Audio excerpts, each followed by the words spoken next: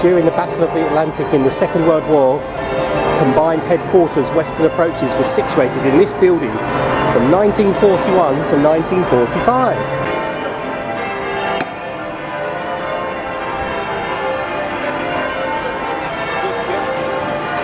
Thank you.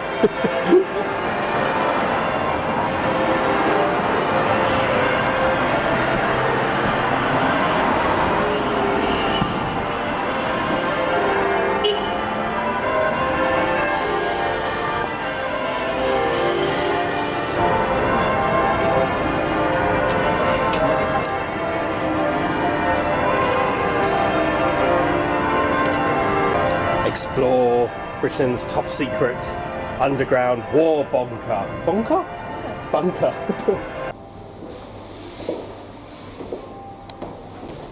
Dum, dum, dum.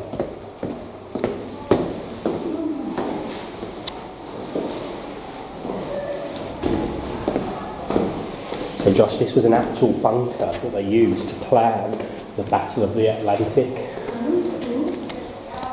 It smells like the Second World War. Yeah.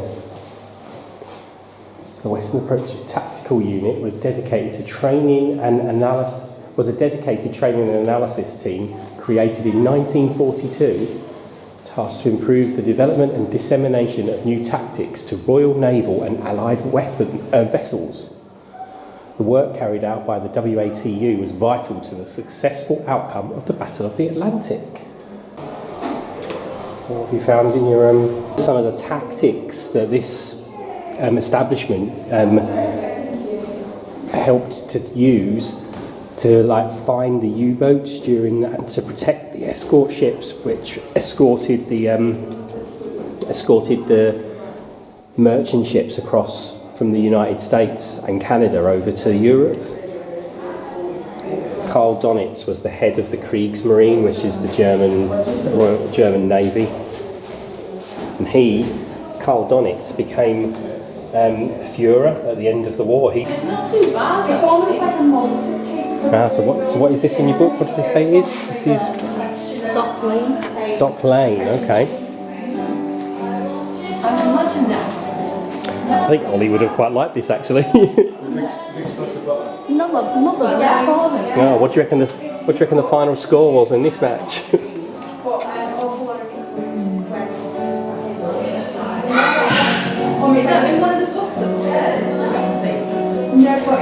can't believe they were still playing football in 1940. A bomb. That reminds me of something else.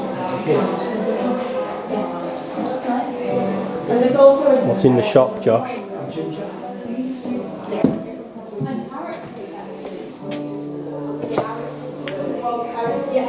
Ah, it's a newsagent with some sweets. Would you like some Second World War sweets? Yeah. And there's some. That's a stamp. That's a stamp. No, it's not. You're not allowed. Oh, sorry. I don't think it is. It's just part of the post office thing. Hitler will send no warning, so always carry your gas mask. Scraps for pig's wheel. Don't tell anybody. Quartz ice cream. What's in there, Josh?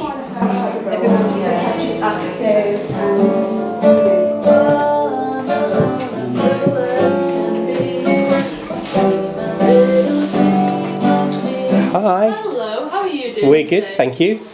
Have you got your ration books with you? If you have, you can have a look around, see what kind of stuff you can buy. Also, have a look at some recipes. They're new in today. You can see some of the substitutions we've got to use, but we've just got to make do in these times, haven't we? Yes, we have. Where have you come from today then? The above world.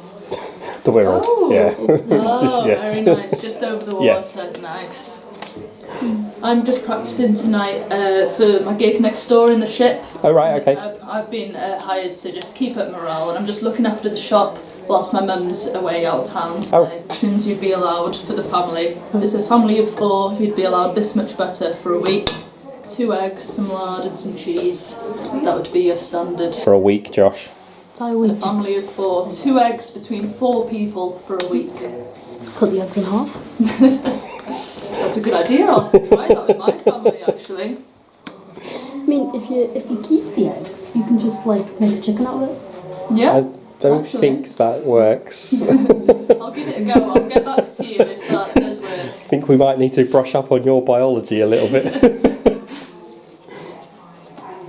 See if you can recognise any brands that have made it to today as well. Anything that you see that have made it all the way through? I can see one that you'll ignore. What about that one there? Colgate. Yeah. And Not great at the brushing of the teeth, are we? Oxo, yeah. What else? Anything else? beans. Heinz, yeah.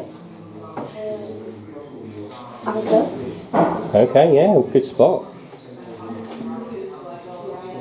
Right, anything on here? Sainsbury's.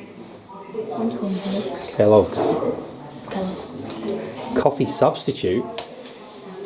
Not actual coffee. Coffee substitute. The 30-second. Our favourite is the dried eggs at the bottom there. Ooh. Great for making scrambled eggs. You won't want a real egg ever again.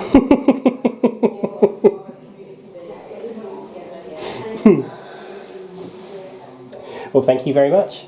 Thank you. I'm going to get back to practicing. Brilliant. Thank you. Hopefully I'll see you at the gig tonight. Yes.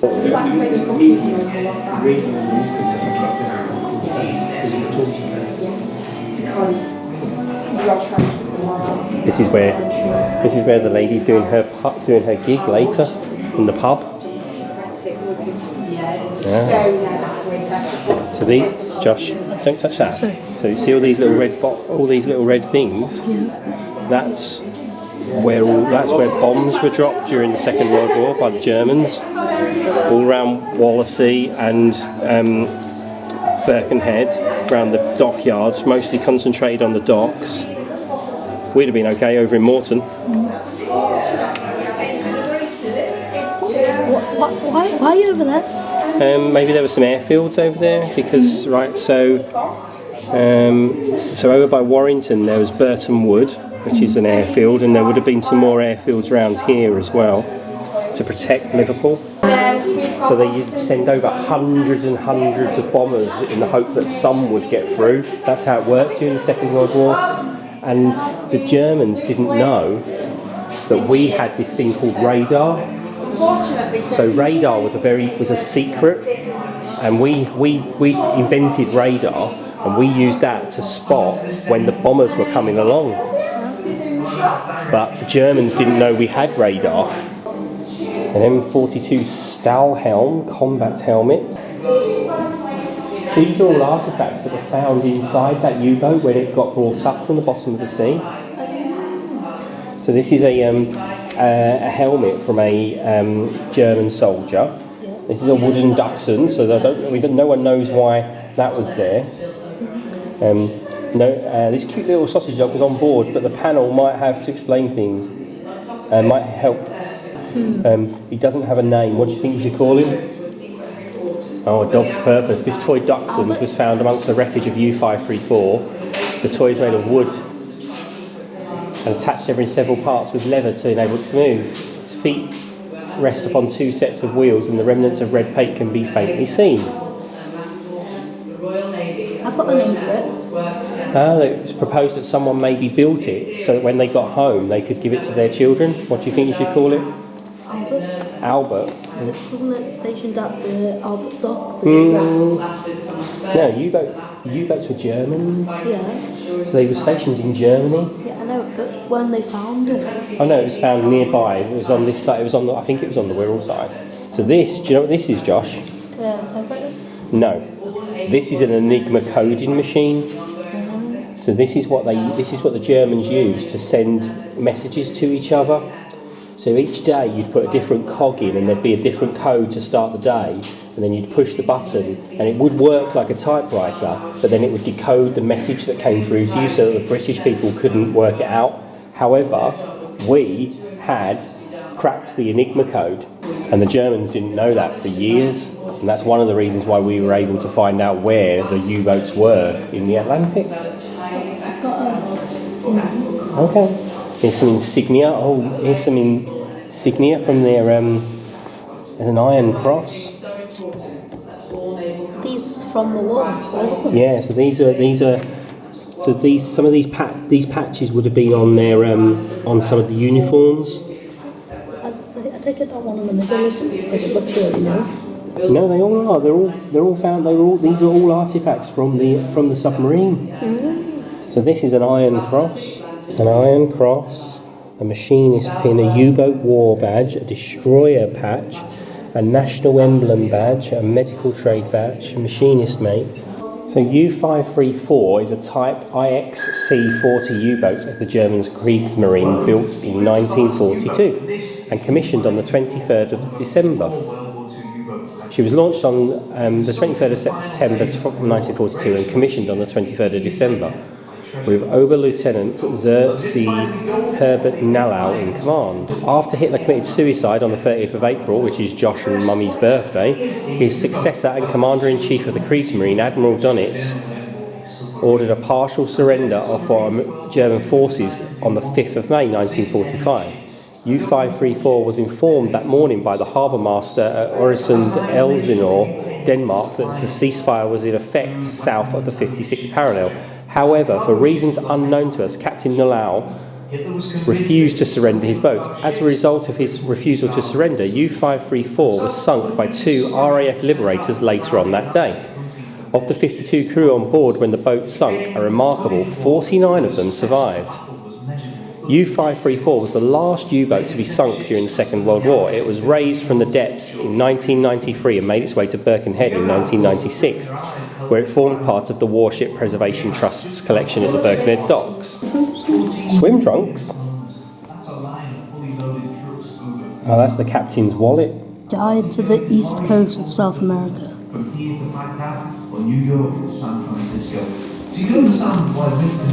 Interesting. That's why there's lots of rumours that, well, there's not just lots of rumours, but... B11, the teleprinter room. A teleprinter, also called a teletyper, is any variety of telegraphic instrument that transmit and receive printed messages and data via telephone cables or radio delay systems. Teleprinters became the most common telegraphic instrument shortly after entering commercial use in the 1920s. I'm Admiral Sir Mouse Horton, and I'm the big cheese here at the Western Approaches. I'm hidden away in this room. Can you spot me? I've already spotted him.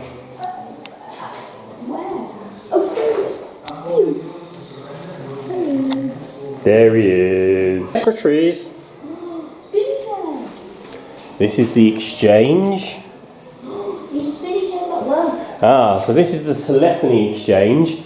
Do you want to be a telephonist, Joshua? Do you want to be the operator? So you've got to put the headset on. Yeah, if it means I can sit on station. Yeah, put the headset on. How? Like this? Yes, that's how you put the headset on. Right, you don't have to put it quite so close to your face, because other people have been using it.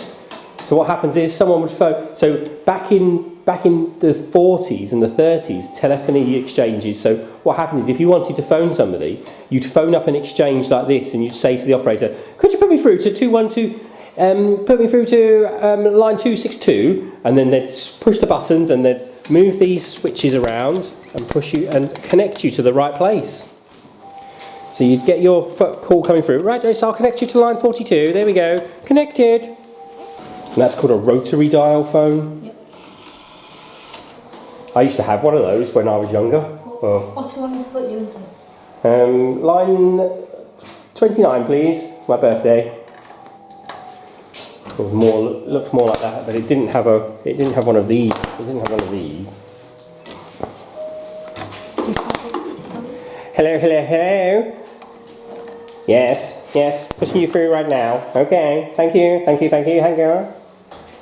This is the telephony room with the telephone exchange, which is what you used to use to push people through on the telephone back in the 40s. The Admiral Sir Mouse Morton. There he is. This is indeed the main switchboard for the combined HQ. There's Josh having trouble answering a telephone because this is not how you answer a telephone in the 2020s. O300. So this is the radio room. From here we can see the main exchange. And here's some of the ladies working in the radio room during the Second World War in the message receiving centre. This is the technology of the time. And here you can actually do your Morse code. The Royal Navy receiving room. This room was where all the Royal Navy radio messages were sent and received. The large transmitters needed for the distances involved were located across the River Mersey in Prenton and were connected to this room via cables running under the river. Messages were sent in Morse code and messages were sent in Morse code and the most secret were in code or cipher. These in-cipher messages would be decoded in a separate room before being sent to Central Communications Room. Initially manned by male ratings, wrens replaced them as demands for manpower at sea evolved. Hello, I got carried away with the telegraph thing. I know you did. I thought it actually worked. Well, why don't you come round into this room and you can do your decoding of your name in the Morse code? Okay. So Morse code is a series of dots and dashes. Dots, you do it once, and then dash, you hold it down for a bit longer. So how do you do SOS? Wait, this So one. dot, dot, dot, dash, dash, dash, Wait. dot, dot, dot. Right, can you work out what your name would be? Here's some of the people working in this very room in 1942.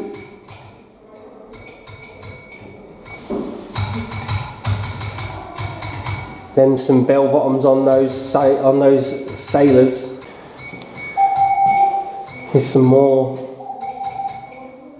This is in 1941, and this is in 1942. This message says S-I-N.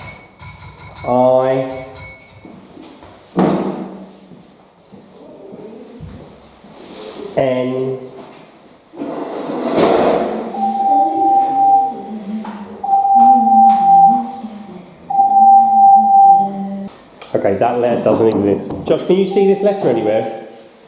Oh, it's K. S-I-N-K. Sink. Sink, T. I reckon that's H, and then E.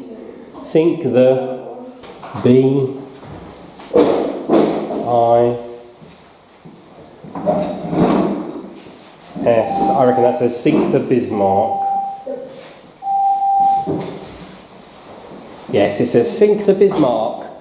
Sink the Bismarck. I got to BIS and worked it out. I am a genius! Correct. Oh, what's in the most secret files? Is this the sort of stuff that Donald Trump stole from the White House? I don't know.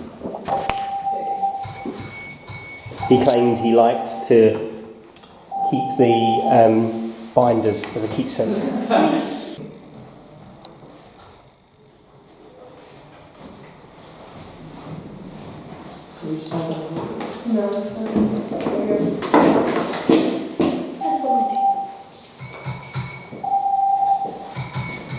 And this says Josh in Morse code.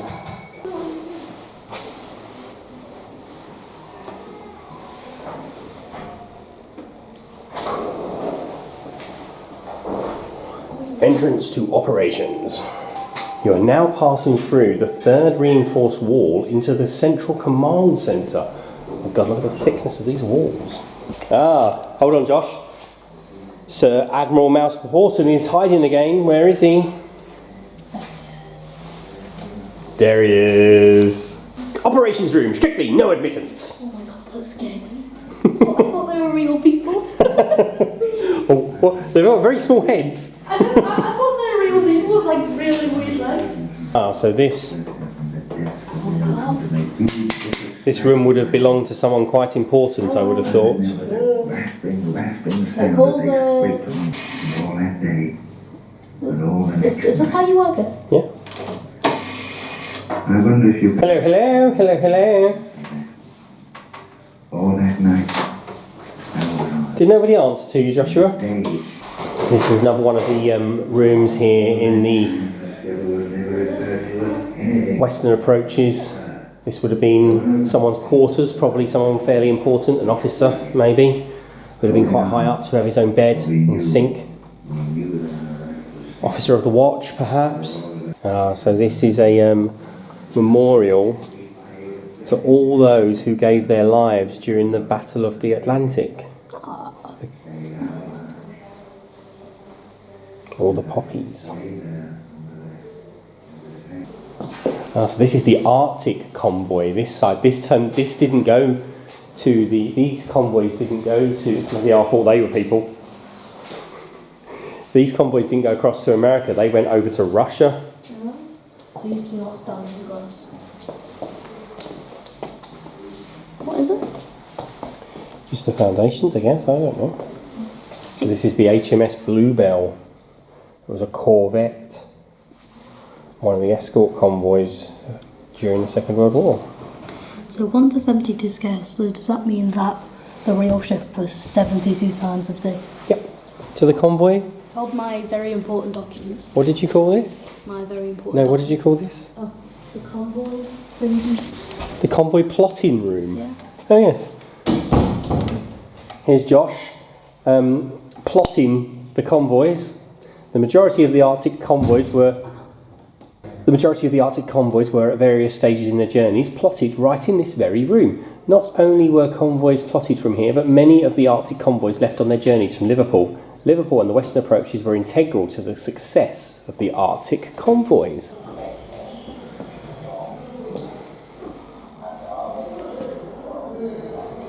So here's some medals and some memorabilia from Russian convoys during the war. This was when Russia wasn't quite as bad as what it is now.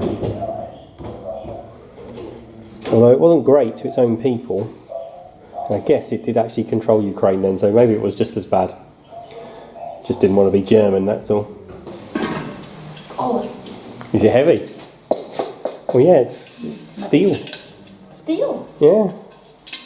Didn't have Kevlar helmets back then. No, that goes underneath the chin.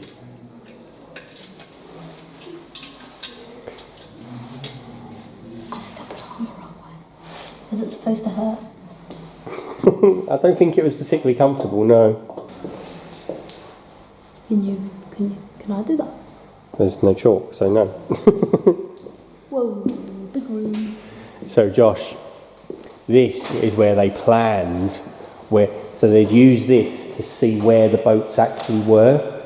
Look, so you'd use the wall charts to put them along, and then you'd have people with big sticks moving them around from one place to another. Or maybe not on big sticks, they'd slide across on these ladders to move the boats to where they actually are now. But you wouldn't have, like you've got GPS now to determine where you are. They obviously didn't have GPS then. So do you know what they'd use? What? Actual real life sightings of where things were. So it could be that by the time it's on this board that something's moved hours from where it is. Do you have the skills to be a typist, Joshua? No, because this typewriter is buggered. We're going to do some typing.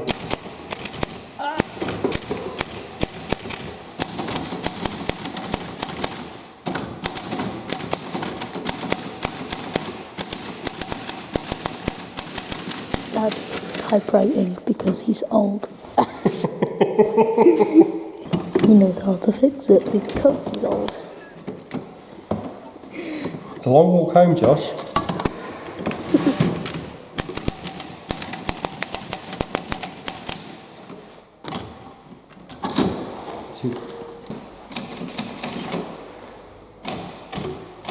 There's no ink in the ribbon, so you can't see what you've typed.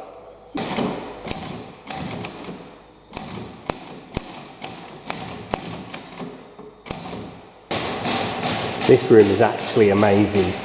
These ladders would have slid across so you could update the maps with the positions of the ships, both enemy and friendly ships during the war. So we've got a smaller map here of Great Britain and Ireland. Then you've got Eastern Europe and Western Europe and down to West Africa and the Canary Islands and the Azores there in the middle. And then you've got a larger map here for the entirety of the Atlantic, going all the way over to North America and Newfoundland and Canada. Up here we have the weather report. There's the bottom of Greenland and Iceland at the top there. We've got the weather report there, which tells us what the winds are like over the seas. The aircraft, where they're attached, which station they're attached to, what aircraft they are. Non-operational flights, aircraft symbols. And then up here we have the convoy escorts. We've got the state of the aircraft here, Squadron 206, 291, 58, 120, etc.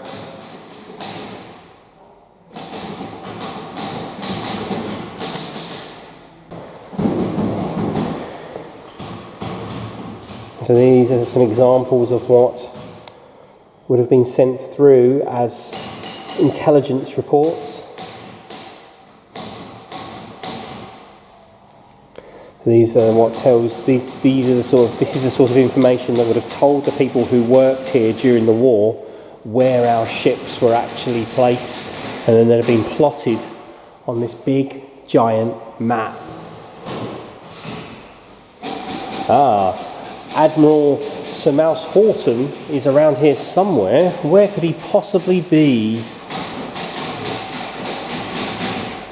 Secret waste paper. It's a 1940s shredding basket. So this is a exhibit to which shows you the wrens of the WATU and some of the Royal Navy staff of the WATU. So this plaque here is in memoriam to Patricia Elizabeth Patty Lane. Patricia died on duty from injuries sustained in a tragic accident in the main operations room here on the 25th of April 1943. In the wrens, and free a man for the fleet. This is the uniform of a commander in the Royal Navy from 1943. Not a bad suit.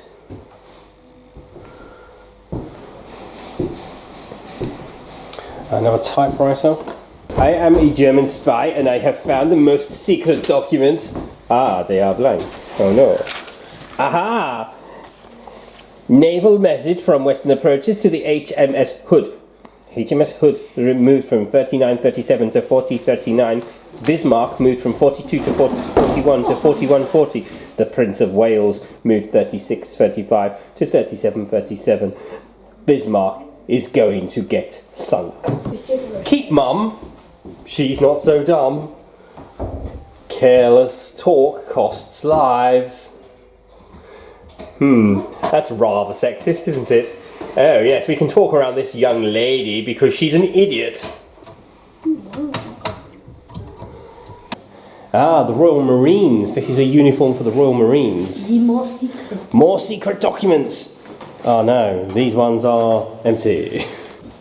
Is it nice and comfy, Josh? Goodbye to any chance of me getting out of here. Look at it. I've been sitting on the bed. That's not very nice. No, get off, get off, get off, get off, get off, get off, get off. Why? You're gonna fall on top of me, get off. I'm gonna fall on top of you. No, get off, get off, get off. You've left your bloomers behind, Joshua. No, not mine. Your bloomers. Not mine. Tittle tattle lost the battle. Look, gossiping, and there's Hitler underneath the table, the snidey little shit. Does that telephone not work, Josh? Would you like some tea? Joshua is making a telephone call. He's calling on the bat phone to somebody very important. Who are you calling, Joshua? Ghostbusters. I'm not sure they can help you. Someone's pyjamas. And their dirty shoes. Those shoes need a polish. More top secret documents. So this must have been the office of someone, again, someone quite important, probably more important than that fellow who had that little room. This looks like twas Admiral Max Horton's office. Here's Admiral Mouse Morton as well, and there's some little binoculars here that you can see what's going on. Some little binoculars here, so you can use them to see closer what's going on in the Battle of the Atlantic. So where's Admiral Mouse Morton? Oh, there he is in here. Found him. Gaumont Carley Dragon projector. This projector was originally located in the Admiralty in London, and the Prime Minister, Winston Churchill, would watch secret footage of the war on it. At the end of the war, the projector was sold to a cinema in London. When the cinema closed in the 1980s, the projector was rescued by the Projected Picture Trust and was then donated to the museum when it originally opened in 1993. We have plans to restore the projector to its original full working order. So Winston Churchill himself would have watched footage from the war on this. Wow. This is the uniform of a Wren, a third officer of the Women's Royal Naval Service. And this is an able seaman's uniform. This unique achievement was due almost entirely to the splendid organisation built up by Superintendent Curry. So there's some scales here. So you have to do a medical to make sure you're fit enough. Does that mean no fatties were allowed to be part of the Wrens? Unfortunately, Daddy is a fatty. He's 15 stones. Also, he's missing one important part to join the Wrens. That is that he is a man. Joined today, the Women's Royal Naval Service had a long and glorious history from its inception in 1917 to the dissolution in 1993. The Wrens Museum is now open. This was back when, oh jeepers, another one where I thought that was an actual person. So the Wrens were different to the normal Royal Navy in that they were women. And they had to have their own different approach to things because they were women apparently, and they weren't good enough to do things the same as the men, which is such a silly thing to say or do. However, fortunately now we've moved into the modern era, and no matter what your sex, you are treated the same. In theory, maybe not necessarily in practice. The bathrooms. Wren's Reserves.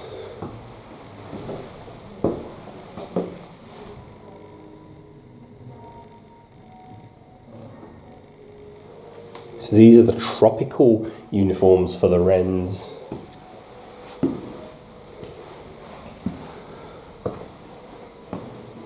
Oh, this office is very swish.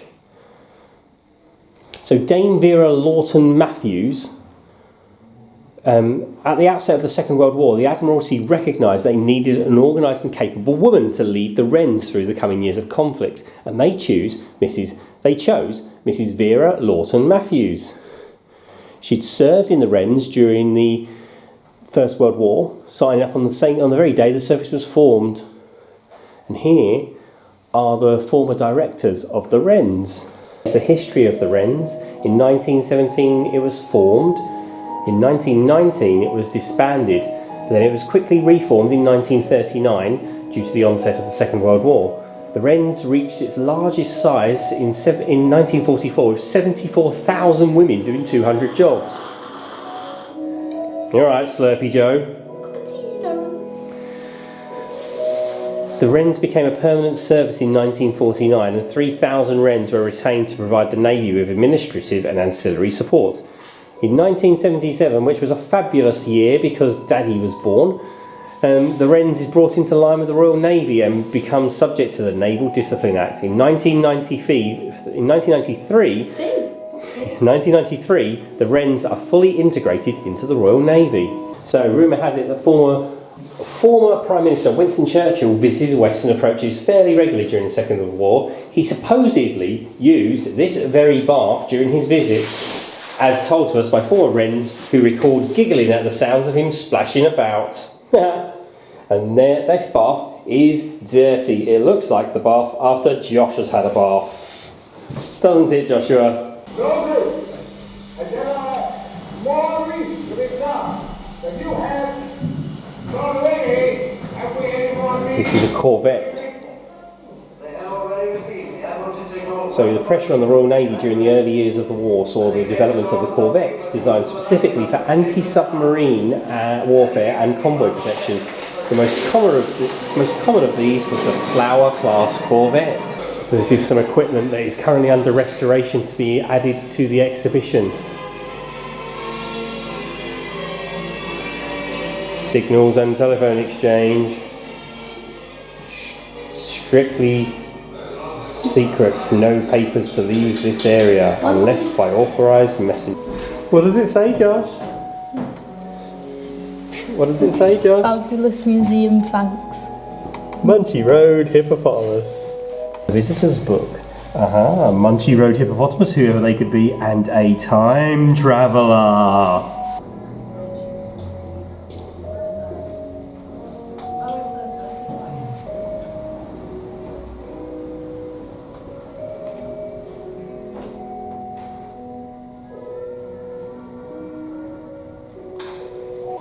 You got to stand there for 17 hours a day, not moving, unless someone comes past and you've got to approach, say, papers! Say, papers! Papers. Western Approaches Combined Headquarters, Derby House. You have been watching Munchy Road Hippopotamus. Follow us on Twitter at Munchy Road and on Instagram at Munchy Road Hippopotamus. Don't forget to like, subscribe and add a comment. All these good things help us defeat the evil that is the YouTube algorithm.